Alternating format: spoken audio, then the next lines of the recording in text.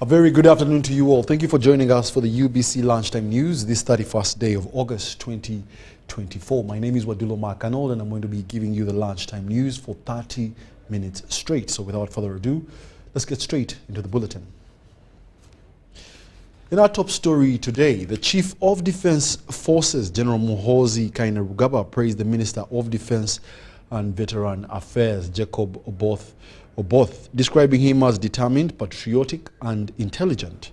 He emphasized that the President, Yoweri Kaguta Museveni, made the right decision by appointing Oboth as this crucial office manager. General Muhoozi was a special guest at Oboth's Thanksgiving held at Siwa Primary School grounds in Tororo District. These are the highlights.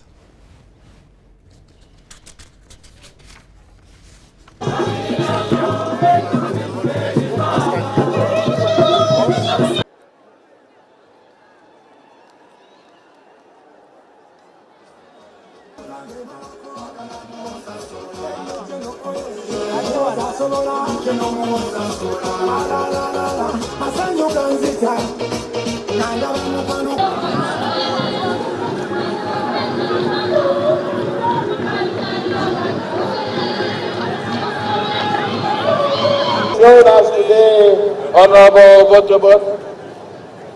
You have shown us that working together is the way. When I was coming, I saw so many people coming to see. And when I stopped, they said we are going to meet, to celebrate together with our man, Honorable Wadulo. Thank you for the service you have done. We thank God who has led you. I'm called Barugahara Balam Aten. I'm the minister of you, the majority. Honorable boss is my boss. Asante kuchagua Oboth. Na tunaomba hata mara nyingine mpatie kura. I want to tell you, the people of Tororo, Okot, Oboth, he is a political asset to this nation. I have come to tell you in advance that in all polling stations in his constituency, come 2026, I want to hear Oboth.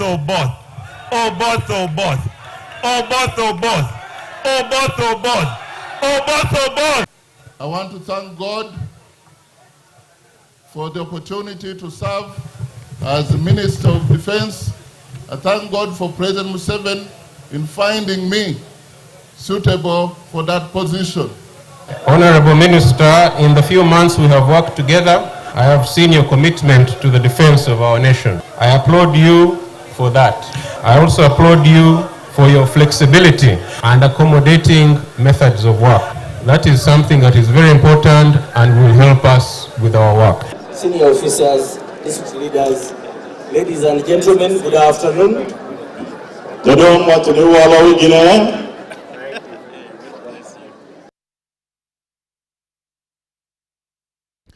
And furthermore, one of the key factors contributing to the success of the recently concluded regional parliamentary seating in Gulu is the improved hotel facilities. Members of Parliament easily found accommodation in various hotels, which also offered fitness sessions to help them stay in shape. Engineer Hilary Onek, a hotel proprietor, believes that such facilities are a driving force for the tourism sector in northern Uganda. Henry Okrut has a detailed report.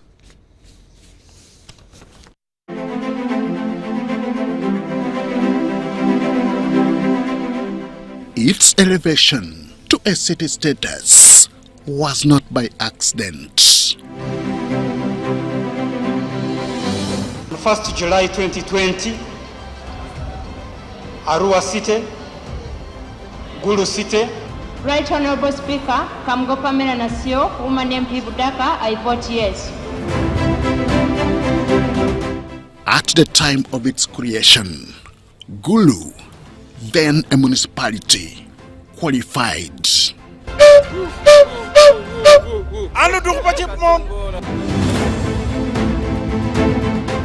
What factors, aside from improved physical road infrastructure, spiraled Gulu into a city.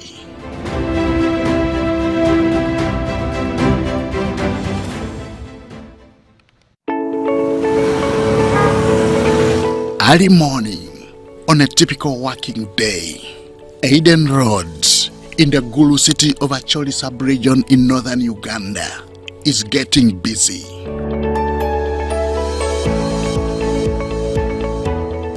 On it is Boma, one of the most prominent hotel facilities. Mohamed Kato, the Member of Parliament for Katerera County in Ruwerizi district, is getting ready for the first day of the regional sitting of Parliament. His routine requirement is physical and mental fitness every day.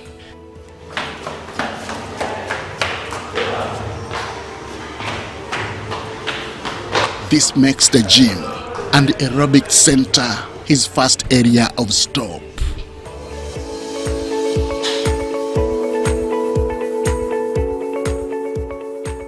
It is not something he is doing for the first time.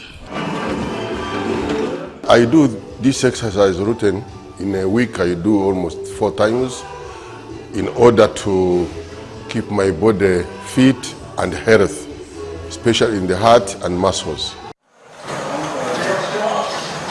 In the gym, we find another parliamentary staff working out. He is equally residing at Boma Hotel. This they all do with guidance from the gym instructor. When you come to the gym, it relaxes your mind, refreshes your mind. What comes from your mouth will be clean and everyone will be satisfied with your words. It was just timely that they all did this to enable them stay clear-headed during the parliamentary sitting. I'm very prepared to sit even for more than 4 hours without feeling sleepy, without feeling tired, without my legs feeling tired or my back. So I'm ready for it, because we are going to sit for more than 4 hours. Indeed, he and other colleagues attended and participated without physical and emotional interruption. Such success is partly due to the quality hotel facilities these MPs found here. One of the proprietors says it takes quality to reap the best out of business. I'm a builder by profession, and therefore when we got this piece of land where Boma Hotel now stands, with my family we put together resources to put up this facility.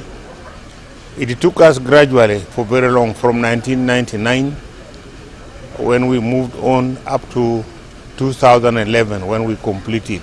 These and other hotels have been the reasons why the tourism sector also continues to blossom in Acholi sub-region. Like where Sir Samuel Baker was stationed, and he fought slavery from Patiko here. He was based there. That's a very beautiful tourist site. There's Guruguru Hills, where the Lamogi clan rebelled against the British over 100 years ago, and there was a big war there, which of course the British overran us, but all the our people. But those are sites which can be visited.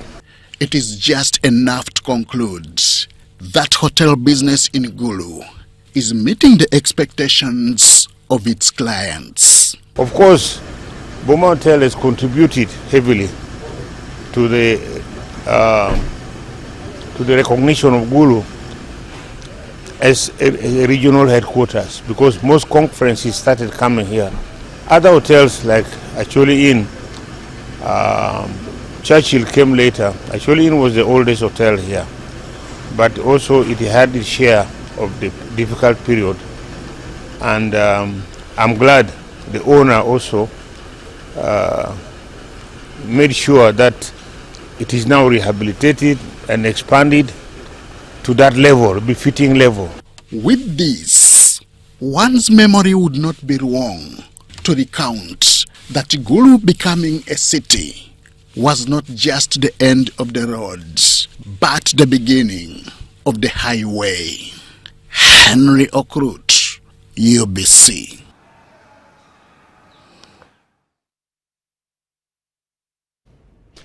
And furthermore, the United Nations Population Fund and Diamond Trust Bank have partnered to empower girls by improving menstrual hygiene education in Uganda's marginalized communities. Now, this $106,458 partnership will also embrace integrated sexual and reproductive health and rights in refugee settlements and host communities. This contribution will provide 10,000 vulnerable schoolgirls with reusable sanitary pads. This initiative complements a 55 billion shillings program launched by the Danish government in collaboration with the United Nations Fund Population, the UNFPA, which will run from 2024 to December 2027. Gift Malunga, the UNFPA country representative, emphasized that this support will improve access to sexual and reproductive health information among young people aged 10 to 24 in refugee settlements and host communities. Mbabazi Emejait, the executive director of Diamond Trust Bank, highlighted that nearly a quarter of girls aged 12 to 18 drop out of schools once they begin menstruating. This initiative aims to create sustainable health improvements and gender equality, contributing to the overall development and empowerment of Uganda's youth. Not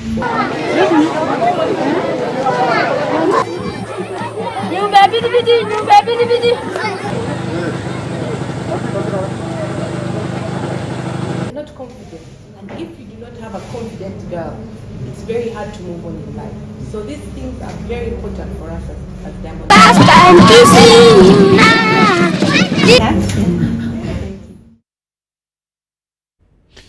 And in more lunchtime news, to promote the French language in Uganda, the Association of Teachers of French in Uganda are conducting a French camp aimed at strengthening capacity building for teachers and students. Francophile fan camps for secondary school students are being held in 5 regions across the country, with Kasese hosting the Western Region tour. This project is part of a 2-year, €288,450 program funded by the French government to train and equip teachers. The initiative is being implemented by Alliance Francaise and the Association of Teachers of French in Uganda.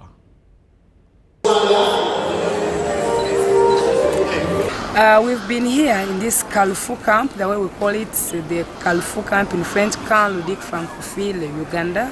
These are fun-based, activity-based, ludic-based camps where we've been here for the last 5 days with learners from different secondary schools in central Uganda. We had about 23 schools represented, and the members were close to 500 learners from the different schools.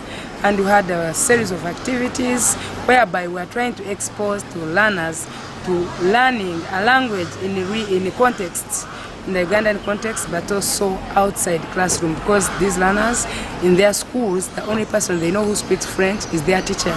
But this camp gave them an opportunity to meet students from other schools, to interact, to exchange, to share, so that they can know, even when I go back to school, I'm not alone. There are so many other students out there who are learning French, and we are struggling because, you know, some people have that attitude that French is a hard language.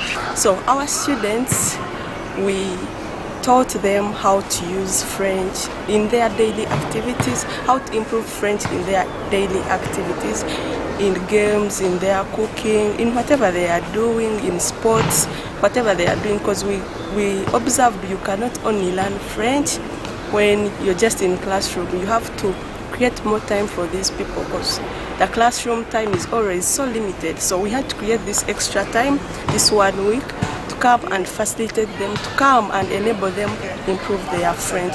Through many activities, we had sports, we had French cuisine, which is the cooking. You teach them the ingredients and the procedure in French.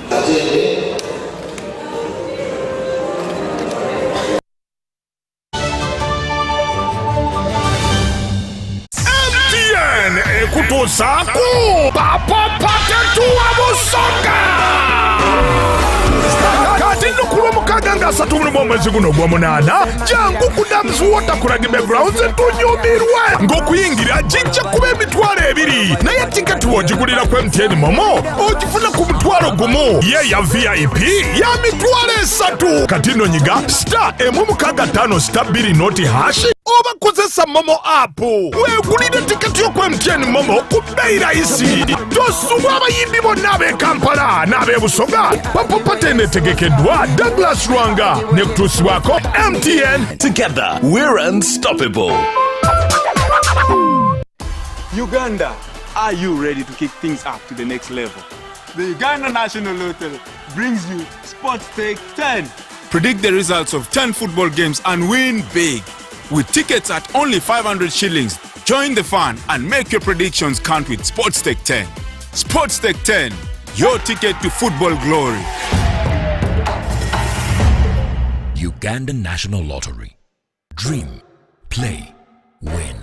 Participants must be 18 years or older. Play responsibly. The Uganda National Lottery is operated by Ituba Uganda and regulated by the National Lotteries and Gaming Regulatory Board. The East Africa UK Tourism and Culture Expo 2024 is here, happening on 8th and 9th of November 2024 under the theme Enhancing Tourism as Engine for Social and Economic Transformation on the sidelines of WTM London at the Rembrandt Hotel, 11th Thalo, PI South Kensington, London, SW7 2RS, United Kingdom. For tickets, exhibitors will pay £1,000 and participants will pay £300. For more information, call +256 787 096 100 or +254 795 806 969. Visit www.eaukTourismExpo.com to register.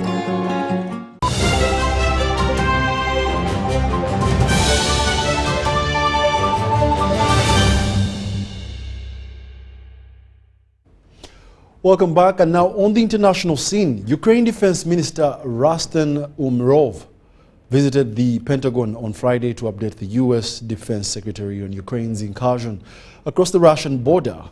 And we have more details on the story.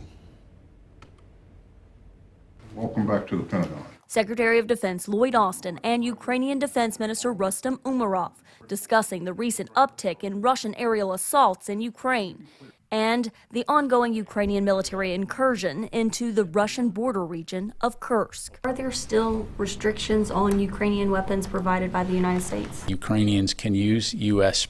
Security assistance to defend themselves from cross-border attacks, in other words, counterfire. But as it relates to long-range deep strikes into Russia, our policy has not changed. Officials have raised concerns that deep strikes into Russia might provoke Moscow into using its nuclear weapons. For some reason, the West believes that Russia will never use them. We have a nuclear doctrine. Look what it says. If someone's actions threaten our sovereignty and territorial integrity, we consider it possible for us to use all means at our disposal.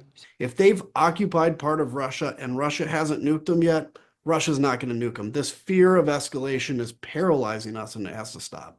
Former Republican Congressman Adam Kinzinger has called for additional support for Ukraine and tells VOA Ukraine's operation into Kursk has been successful. Ukraine has taken as much or more Russian territory than the Russians have taken in the last year of Ukraine.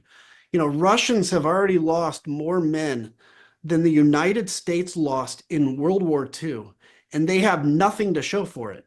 The Pentagon says Russia has pulled small numbers of forces from Ukraine to defend Kursk. But experts say the real test will be whether Ukraine can parlay this operation into a long-term advantage. That's a recipe for success. So if we get there, this will be a very, very good operation. It's too early to judge at the moment. The operation has not halted Russia's relentless cross-border strikes. Ukrainian officials said Friday an overnight attack on a factory in the northern Ukrainian city of Sumy killed 2 women and injured 11 people. Carla Babb, VOA News, the Pentagon.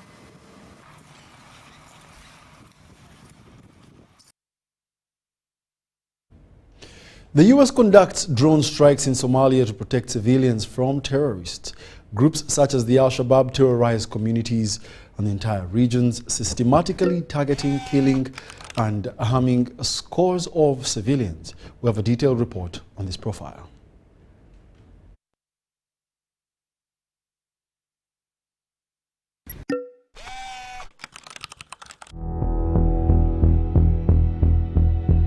In Somalia's capital, residents live in fear of deadly attacks carried out by the Al-Qaeda-affiliated Al-Shabaab terrorist group. Its latest attack killed 32 people and wounded 63 others in a beach hotel in Mogadishu on August 3rd.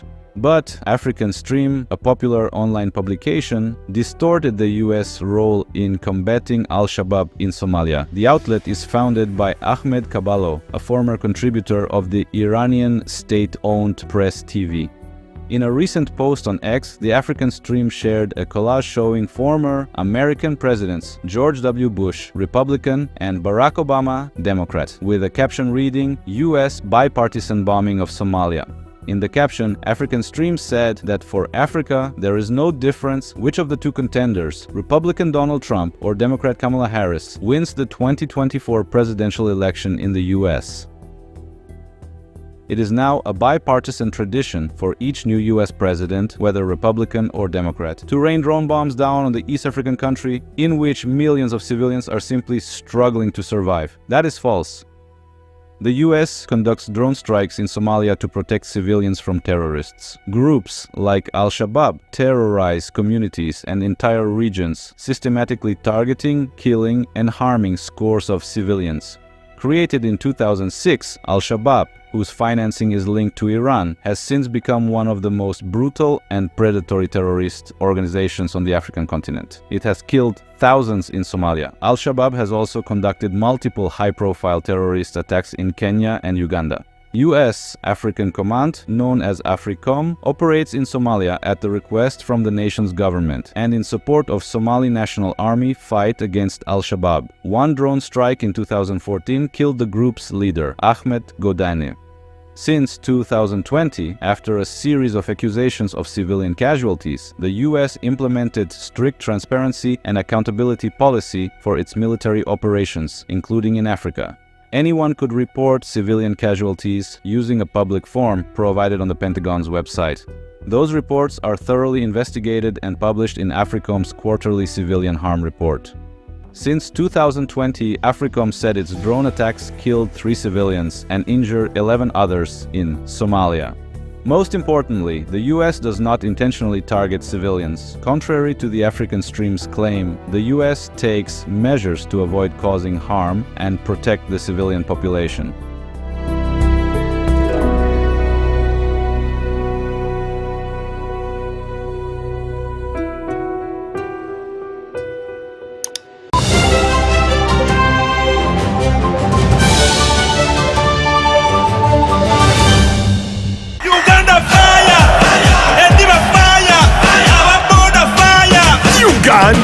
Thank you for showing your fire! Has Nabole Stadium opened its doors once again? While you were one moving in bed, you were the 12th player. When you got the Greens needed you the most. Through our famous wins against Tubakunda and our unlucky losses, you stood firm, supporting even louder. Now, as Uganda Queens take on South Africa and Congo this September, South Sudan in October, and play our second legs against South Africa and Congo in November, bring even more fire! Because with your support, Uganda Queens is unstoppable! Uganda Fire! Proudly brought to you by MTN, the #1 supporter of Uganda Cranes. Together, we are unstoppable.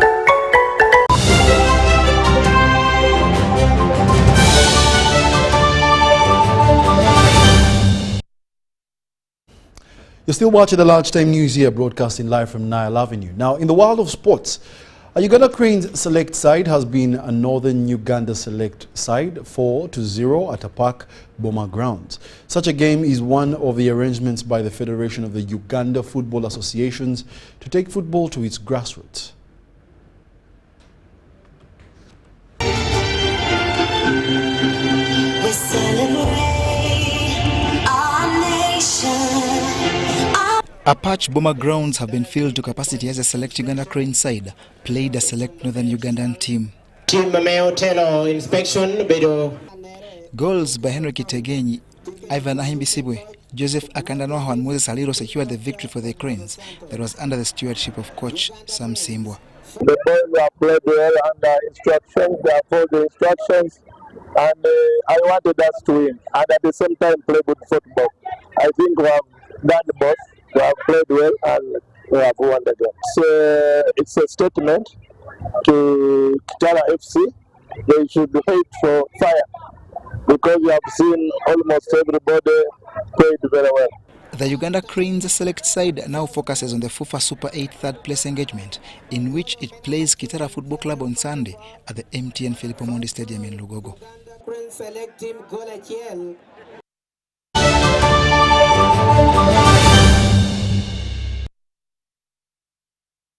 And that brings us to the end of our 8-all, or rather lunchtime news. My name is Wadulo Mark Arnold. Stay tuned for more news in our subsequent bulletins at 8 o'clock and 10 o'clock in English, and then 7 o'clock in Luganda.